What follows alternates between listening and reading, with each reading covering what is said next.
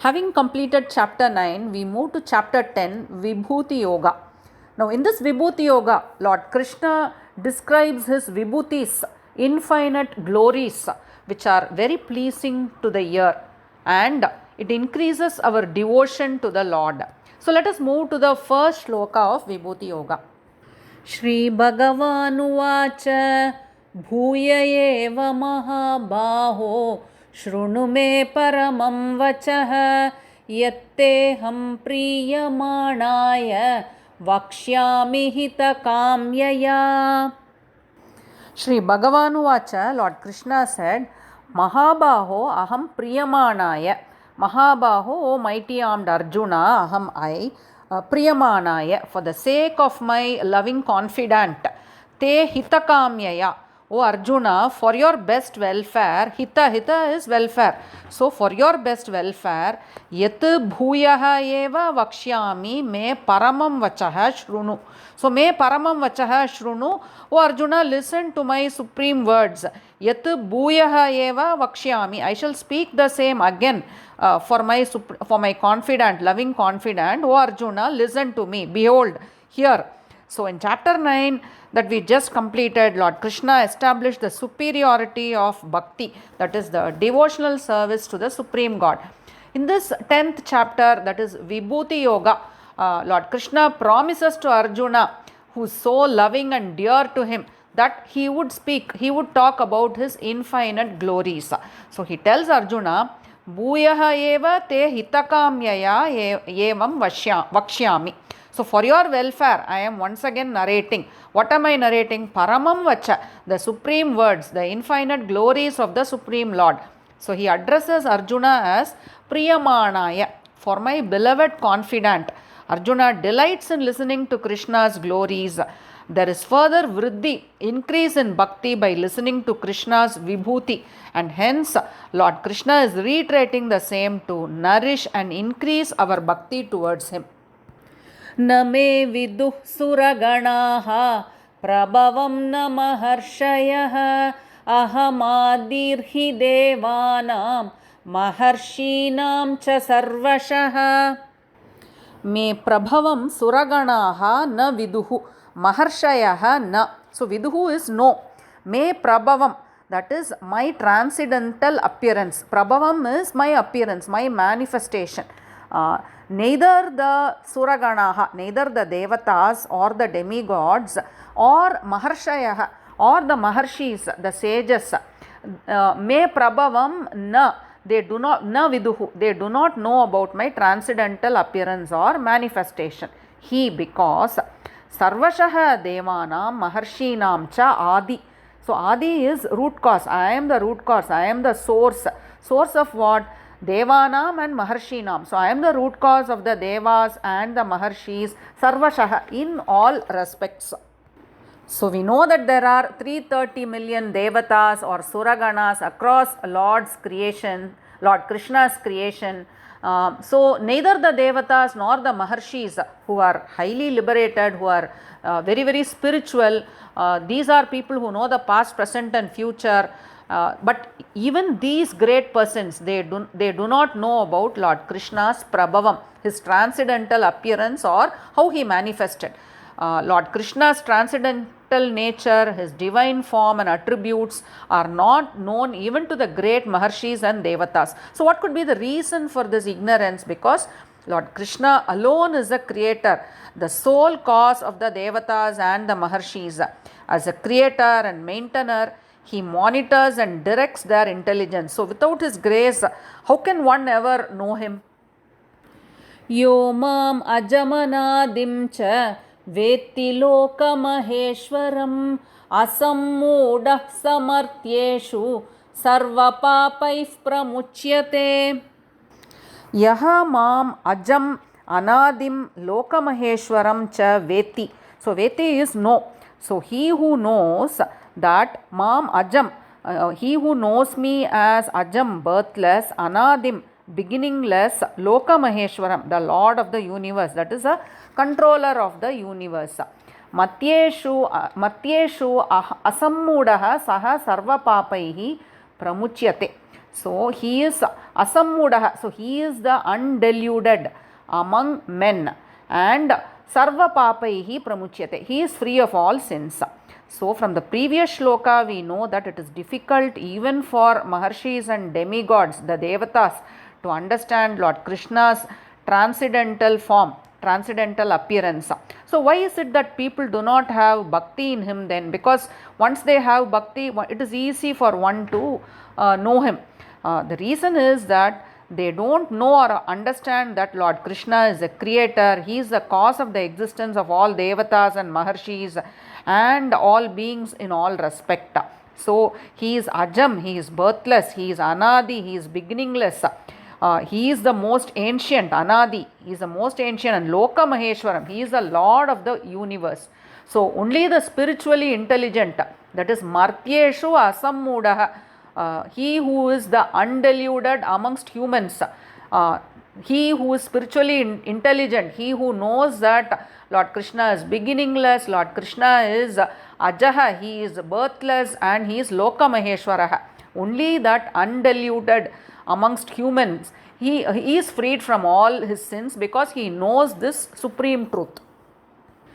Buddhirjnana asammohaha क्षमा सत्यम दमः शमः सुखम दुःखम भवो भावः भयं च भयमेव च अहिंसा समता तुष्टिः तपोदानं यशो यशः भवन्ति भावभूतानां मत्त एव पृथग्विधाः.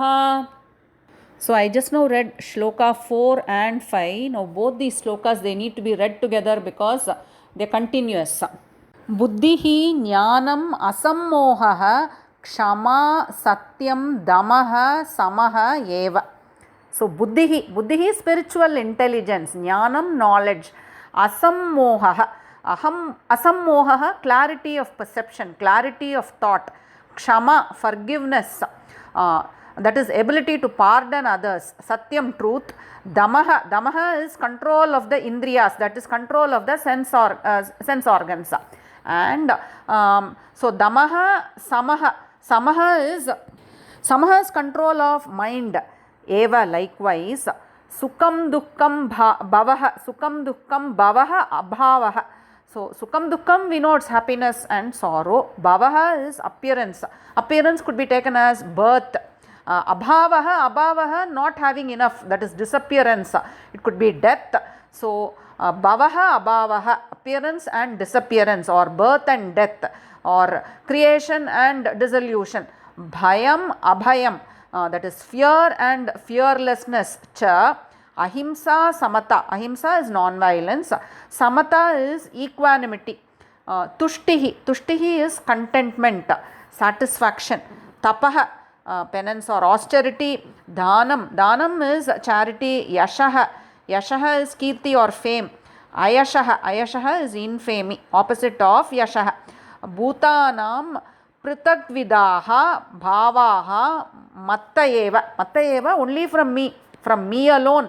Bhutanam pritagvidaha bhavaha. So all these, pritagvidaha, bhavaha, the various feelings, the various characteristics, the various attributes that we mentioned about bhutaha, about the various living beings, various living entities, jivatmas, mattayeva, they all originate from me alone.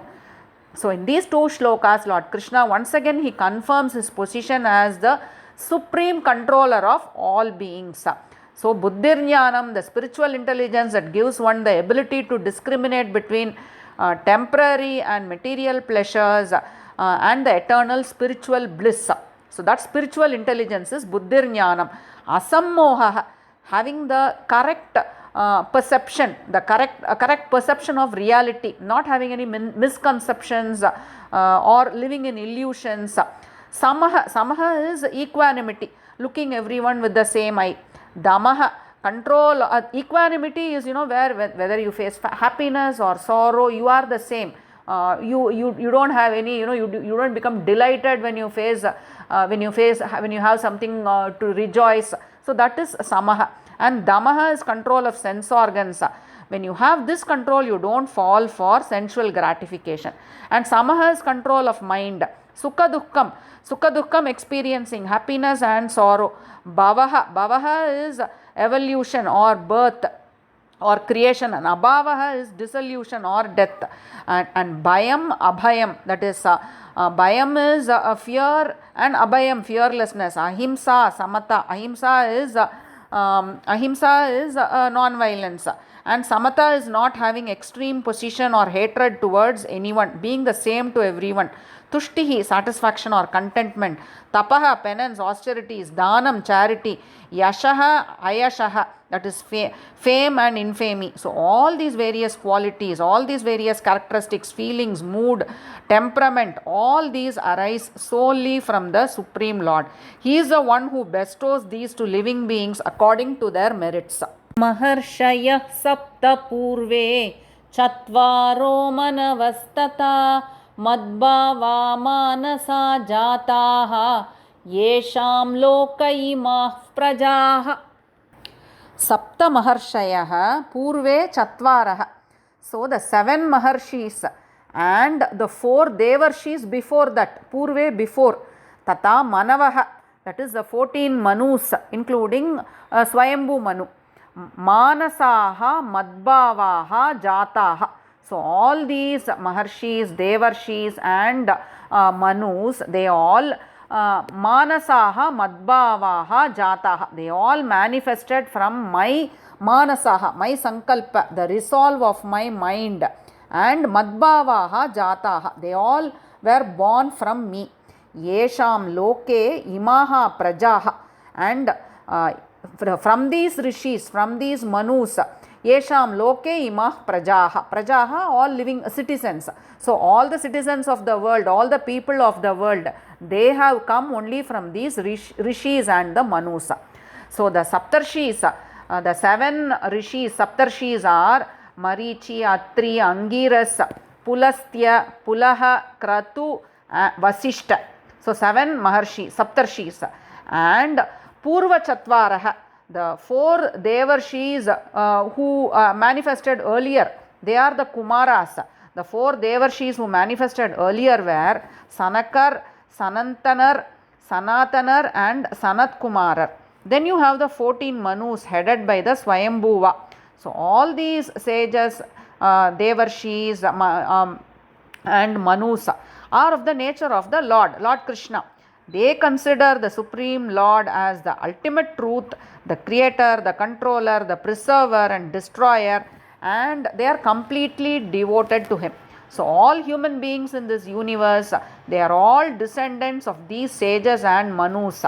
Lord Krishna says they are all madbhavaha, they are all of my nature only.